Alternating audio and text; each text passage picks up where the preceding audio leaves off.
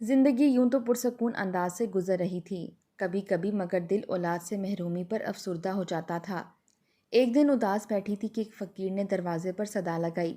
میں اس وقت صحن میں بچھی چارپائی پر بیٹھی ناشتہ کر رہی تھی۔ صدا سن کر لقمہ منہ تک نہ لے جا سکی، ہاتھ رک گئے۔ روٹی کی چنگیری جس پر مکھن والا ساگ رکھا تھا اٹھا کر دروازے پر چلی گئی۔ صدا لگانے والا ایک بزرگ تھا۔ میں نے روٹی والی چنگیری اس کی طرف بڑھا دی۔ تمہارے بچے سلامت رہیں، بابا نے دعا دی۔ بابا بچے ہوں گے تو سلامت رہیں گے، بے اختیار میرے منہ سے نکلا۔ آواز میں حسرت کے ساتھ دکھ بھرا ہوا تھا۔ بابا نے میرے دکھ کو محسوس کر لیا، کہنے لگا بیٹی اللہ کی رحمت سے مایوس نہ ہو، میں کوئی پہنچا ہوا بزرگ یا پیر فقیر تو نہیں، ایک عام انسان ہوں۔ ایک وظیفہ بتاتا ہوں، بہت آسان اور مختصر ہے۔ عشاء کی نماز کے بعد روز آزمائے حسنہ پڑھ لیا کرو۔ اس دوران خواب میں کوئی اشارہ ملے تو سمجھ لینا مراد پوری ہو جائے گی۔ بابا یہ کہہ کر چلا گیا۔ میں نے اس کی بات کو سنجیدگی سے نہ لیا، کیونکہ بہت علاج معالجہ کروا چکی تھی، لیکن جب امید بھر نہ آئی تو اللہ کی طرف سے تقدیر سمجھ کر صبر کر لیا۔ اس بات کو کچھ عرصہ ہوا تھا کہ فقیر بابا کی کہی ہوئی بات یاد آ گئی۔ سوچا بابا کا بتایا وہ وظیفہ کر کے دیکھوں، کیا خبر اس وسیلے سے مراد بر آئے۔ عشاء کی نماز کے بعد وظیفہ پڑھتے 6 دن گزر گئے تھے کہ خواب میں دیکھا ملبے کا ایک ڈھیر ہے، اس کی آڑ میں ایک ٹوکری ہے جس کا منہ سلا ہوا ہے۔ میں نے جب اسے کھولا تو ٹوکری میں چھوٹا سا بچہ ہے۔ یہ دیکھ کر میں خوش ہو جاتی ہوں۔ بیدار ہوئی تو سوچ میں پڑ گئی کہ یا اللہ، یہ کیا ماجرا ہے اور اس خواب کی تعبیر کیا ہوگی۔ دل میں سرگوشی کی کہ اللہ تعالیٰ اولاد کی خوشی دے گا۔ اس خواب سے تو بظاہر ایسا ہی اشارہ ملتا ہے۔ خیر، اللہ کے راز وہی جانے، ہمیں تو اس ذات ببرکت سے اچھی کی امید رکھنی چاہیے۔ اس دن کے بعد میں نے وظیفہ پڑھنا بند کر دیا۔ سوچا کہ کوئی دوسرا خواب آ گیا جس کی تعبیر اچھی نہ محسوس ہوئی تو دل میں جاگی خوشی کی امید بھی جاتی رہے گی۔ 1 ماہ بعد اچانک یہ واقعہ وقوع پذیر ہو گیا کہ ہمارے گھر کے پچھواڑے ہمارا ہی ایک اور مکان تھا جو کچا تھا، جو سیلاب کے دنوں میں گر گیا تھا۔ تب سے ہی اس کا ملبہ پڑا ہوا تھا۔ میرے میاں کا ارادہ اس کو دوبارہ تعمیر کروانے کا تھا، مگر اپنے کام کی وجہ سے ان کو فرصت نہیں مل رہی تھی۔ ان دنوں ہم اپنے شہر کے قریب ہی رہتے تھے۔ گرمیوں کے دن تھے۔ میں صبح کی نماز پڑھ کر گھر کے کام کاج میں لگ گئی۔ میرے میاں بھی فجر کی نماز پڑھ کر گھر آ گئے۔ آتے ہی کہا مجھے ضروری کام سے جانا ہے، ناشتہ دے دو۔ میں نے جلدی جلدی ناشتہ بنا کر دیا اور وہ اپنے کام پر چلے گئے۔ ان کے جانے کی تھوڑی دیر بعد گلی میں شور ہوا۔ تبھی ہمارے محلے کی ایک عورت مجھے آوازیں دیتی ہوئی گھر میں داخل ہوئی۔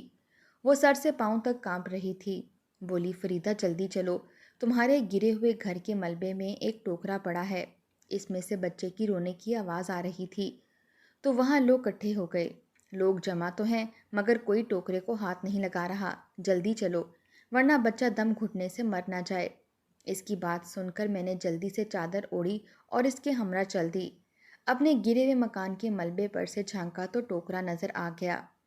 لوگوں کا ہجوم تھا، وہ قیاس آرائیاں بھی کر رہے تھے مگر کوئی ٹوکرے کو نہیں اٹھا رہا تھا۔ 1-2 نے بوری کو ہٹانے کی کوشش کی تو اوروں نے اسے روک دیا کہ مالک مکان خود دیکھیں گے، تم کیوں مفت کی مصیبت مول رہے ہو؟ پولیس آئے گی تو تھانے میں حاضری دینی پڑے گی۔ لوگوں کا یہ رویہ دیکھ کر دکھ ہوا۔ بچے کی مسلسل رونے کی وجہ سے مجھ سے رہا نہ گیا۔ آگے بڑھی تو لوگ ایک طرف ہو گئے۔ میں نے جلدی جلدی ٹوکرے کے منہ پر سلا ہوا بوری کا پردہ ہٹایا تو اس میں ایک نوزائیدہ بچے کو روتے ہوئے پایا۔ ظاہر ہوتا تھا کہ اس کو دنیا میں آئے چند گھنٹے ہوئے ہیں اور جنم لیتے ہی ٹوکرے میں رکھ دیا گیا تھا۔ جانے کون سنگ دل لوگ تھے جنہوں نے اس ننھی سی جان کو اس طرح کے حالات کے سپرد کر دیا تھا۔ میں نے بسم اللہ پڑھ کر بچے کو گود میں اٹھا لیا۔ لوگ طرح طرح کی باتیں اب بھی کر رہے تھے، لیکن اب باتوں کا انداز بدل گیا تھا۔ ایک ہمسائے نے کہا شاید ان پر قدرت کو رحم آ گیا ہے، کوئی بچے کو ان کے مکان میں چھوڑ گیا ہے۔ کسی نے کہا کہ بے اولاد ہے نا، اسی لیے بچہ انہی کے مکان میں ڈالا گیا ہے تاکہ یہ اس کو پال لیں۔ اسی طرح کی باتیں میرے ذہن میں بھی آ رہی تھیں۔ اپنے میاں کے آنے تک کوئی فیصلہ نہ کرنا چاہتی تھی، لیکن ہجوم میں زیادہ دیر ٹھہرنا بھی میرے بس کی بات نہ تھی۔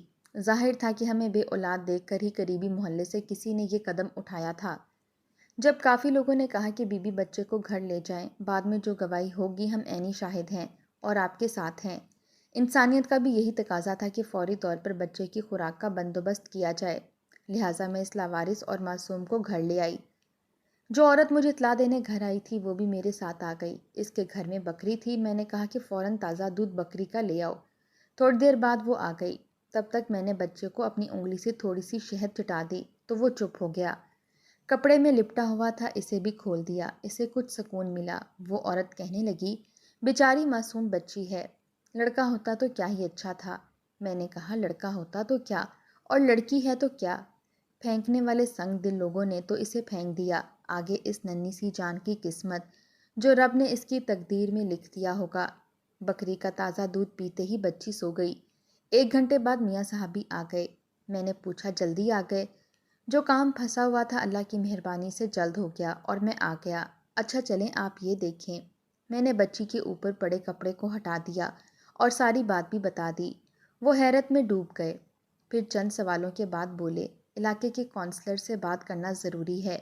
وہ کونسلر سے بات کرنے چلے گئے۔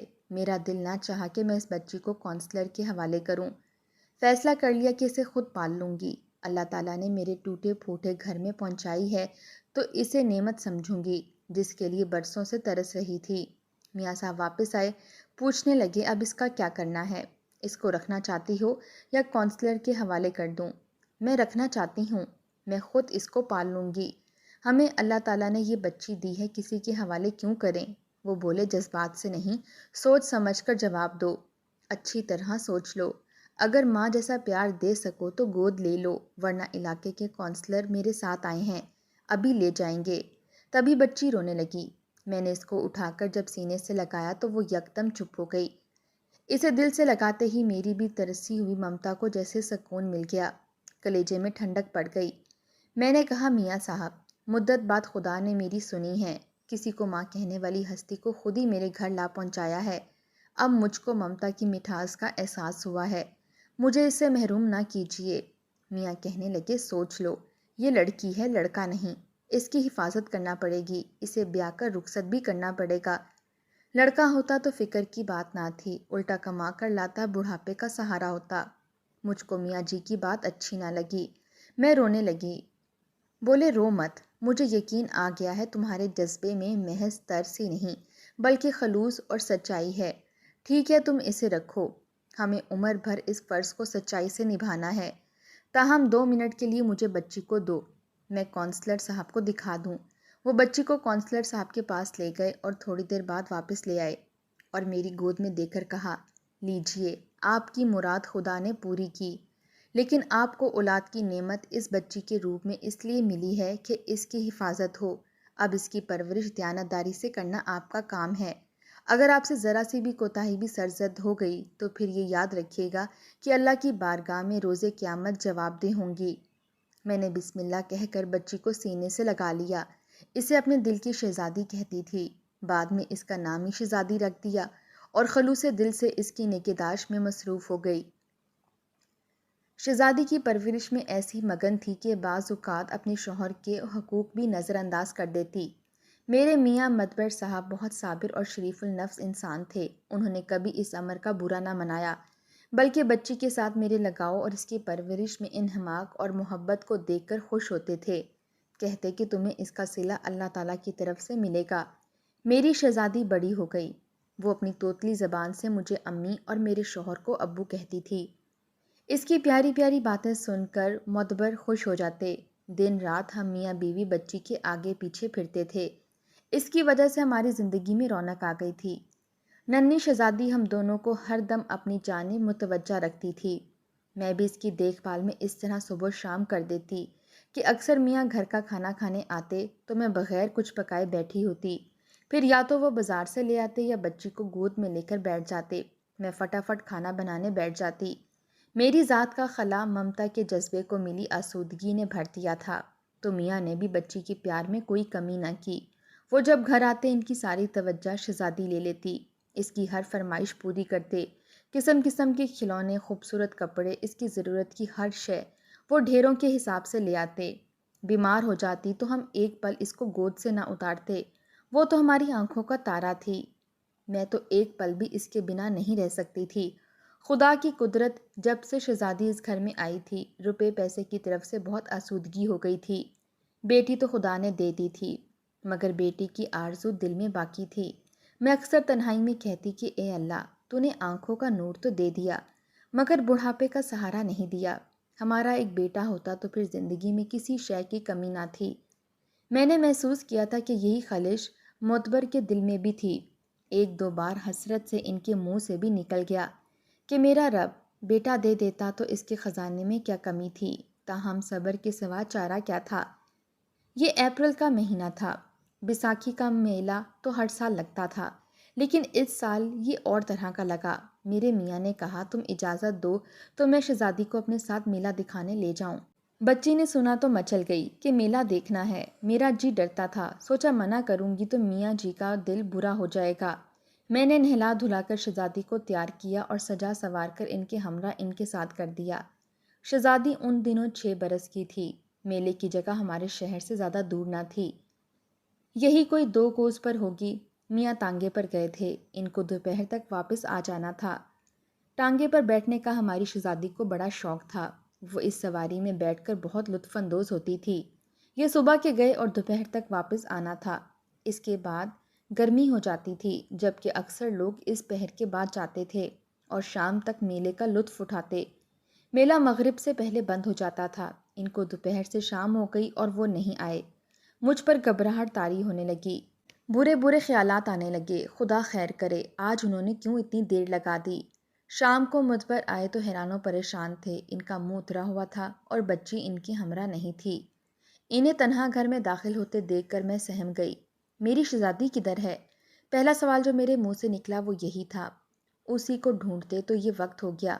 انہوں نے رو دینے والے گلے سے بتایا، وہ ہنڈولے پر بیٹھنے کی ضد کر رہی تھی، رش بہت تھا۔ میں اسے ہنڈولے کے قریب لے کر کھڑا تھا، کیونکہ وہ اس جھولے کی ضد کر رہی تھی۔ ہنڈولا رکے تو میں اسے پکڑ لوں اور خالی میں اپنی شہزادی کو بٹھا دوں۔ میری توجہ جھولے پر تھی۔ جب نشستوں والا ڈبہ میرے ہاتھ کے قریب آیا، میں نے جھپٹ کر اسے پکڑا اور شہزادی کو بٹھانے کے لیے اپنے پاس دیکھا، جہاں وہ کھڑی تھی، مگر وہ وہاں سے غائب تھی۔ جانے بھیڑ کے ریلے میں مجھ سے دور چلی گئی یا کسی نے اس کو کھینچ لیا۔ پل بھر کو میں نے اس کا ہاتھ چھوڑا تھا۔ جھولے والا بھی حیران ہوا کہ بچی کہاں گئی۔ بس پل بھر کی غفلت قیامت ہو گئی۔ یہ کہتے ہوئے ان کے آنسو بہہ نکلے۔ میں بھی رونے لگی۔ تم نے اچھی طرح نہیں ڈھونڈا، ادھر ادھر ہوگی اور کہاں جا سکتی تھی۔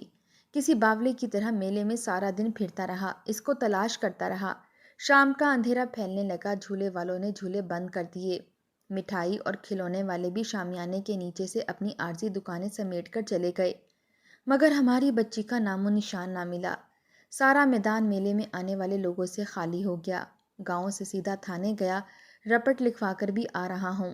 میں رو رہی تھی، ہچکیاں لے کر، اور میاں مجرم بنے کھڑے تھے۔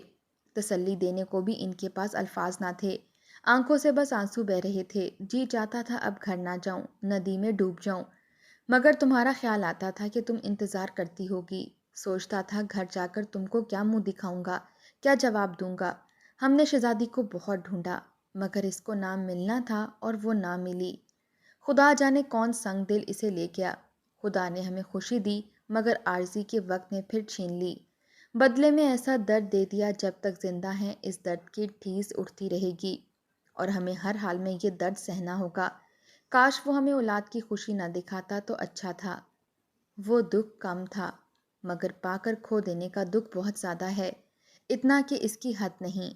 جب جب مجھے اپنی لاڈلی کا چہرہ یاد آتا ہے، مچھلی کی طرح تڑپنے لگتی ہوں، اپنے اللہ سے فریاد کرتی ہوں، اگر یہ خوشی عارضی تھی، اگر یہ سکھ ہم کو راز نہیں تھا تو نہ ہی ملتا، یہ خوشی کوئی اور ہی لے جاتا، اس معصوم کو اس طرح نہ کھوتی۔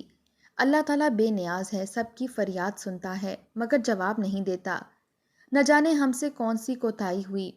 اب توبہ کرتی ہوں کہ بیٹے کی جو حسرت تھی، اسے بھی دل سے مٹا دیا۔ وہی بیٹی رحمت تھی اور نعمت بھی وہی ہمارے لیے جو نہ رہی۔ شاید ہم اس نعمت کے قابل نہ تھے۔ اس واقعے کو 28 برس گزر چکے ہیں، مگر زخم پہلے دن کی طرح تازہ ہے، لگتا ہے جیسے کل کا واقعہ ہو۔ کوئی اگر آج بھی میری شہزادی کی خبر لا دے تو یہ جان بھی نذرانہ کر دوں۔ شاید ہمیں اس بات کی سزا ملی کہ اللہ نے ہمیں بیٹی دی اور ہم اتنے خوش نہیں تھے، دلی طور پر کیونکہ کہیں نہ کہیں دل میں بیٹے کی خواہش زیادہ تھی۔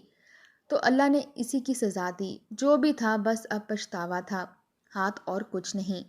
ہم اللہ کی نعمتوں اور رحمتوں کا شکر ادا نہیں کرتے تو ہمیں اللہ سبق سکھاتا ہے، ہم سے امتحان لیتا ہے، اور ہم سے بھی امتحان لے لیا اللہ نے۔ ایک بات ہمیشہ یاد رکھیں، اللہ کی رضا میں راضی رہیں، ہر وقت ہر پل اس کا شکر ادا کرتے رہیں۔ یہ انسان کی فطرت ہے کہ وہ اس چیز کی قدر نہیں کرتا جو اس کے پاس ہوتی ہے، لیکن جب دور چلی جاتی ہے تو اس کی اہمیت اور قدر کا پتہ چلتا ہے۔ شاید ہم بھی ناشکرے تھے جو ایسی سزا ملی۔ اللہ سے دعا ہے اللہ کسی کو اولاد کا دکھ نہ دے۔ اگر اللہ کو پیاری ہو جائے تو صبر آ جاتا ہے، ایسے غائب ہو جائے تو زندگی بھر صبر نہیں آتا کہ نہ جانے کس حال میں ہوگی، زندہ ہے یا نہیں، کسی تکلیف میں تو نہیں، کسی ظالم کی درندگی کا شکار تو نہیں ہو گئی۔ بس کیا بتاؤں، کیا کیا خیال اور وسوسے آتے ہیں، ایک پل بھی چین نہیں ملتا۔ زندگی کانٹوں پر بسر ہو رہی ہے، موت کی بھی دعا نہیں کر سکتے کیونکہ یہ بھی گناہ ہے، ورنہ میں اور میرا شوہر شہزادی کے اس دکھ میں کب کے اس ظالم دنیا سے چلے جاتے۔ لوگ کیوں کسی کے جگر کے ٹکڑوں کو ایسے ان سے جدا کرتے ہیں؟ ان کو یوں تکلیف دے کر کیا ملتا ہے؟ پل بھر کے لیے اپنی اولاد کو خود سے دور کر کے دیکھیں، احساس ہوگا یہ کتنا مشکل ہوتا ہے۔ خدا را اب بھی اگر کوئی میری شہزادی سے مجھے ملا دے تو زندگی بھر اس کی احسان مند رہوں گی اور شاید سکون سے مر سکوں۔ بس یہی خواہش مرنے سے پہلے ایک بار اپنی شہزادی سے مل لوں اور جی بھر کر اسے پیار کر لوں۔ میں اپنا دکھ لفظوں میں بیان نہیں کر سکتی۔ دعا کیجیے گا اللہ میری شہزادی کو کوئی تکلیف نہ دے اور میرے شوہر کے مرنے سے پہلے ہم سے ملا دے۔ میرے اللہ تو میرے جگر کے ٹکڑے کی حفاظت فرما۔ اب تو ہماری شہزادی بڑی ہو گئی ہوگی، اب تو مجھ سے بھی بڑی ہو گئی ہوگی۔ جو آگ ہے شہزادی کی ملن کی اسے بجھا دے میرے مولا۔ ہم دروازہ بھی بند نہیں کرتے، جانے کب میرا جگر کا ٹکڑا آ جائے۔ نظریں دروازے پر رہتی ہیں، جب بھی کوئی آہٹ ہوتی ہے لگتا ہے میری شہزادی آئی ہے۔ میرے مولا اور کتنا آزمانا ہے، اب تو میرا صبر بھی ٹوٹ رہا ہے۔ اب تو سن مولا، کہیں آنکھیں نہ بند ہو جائیں، میری شہزادی تو آ جا، یا اللہ تو ملا دے، مجھے میری شہزادی سے ملا دے، آمین۔ تمام دوست کمنٹ باکس میں آمین لکھ دیں، شاید کسی کی دعا قبول ہو جائے اور ماں باپ کو ان کی شہزادی مل جائے۔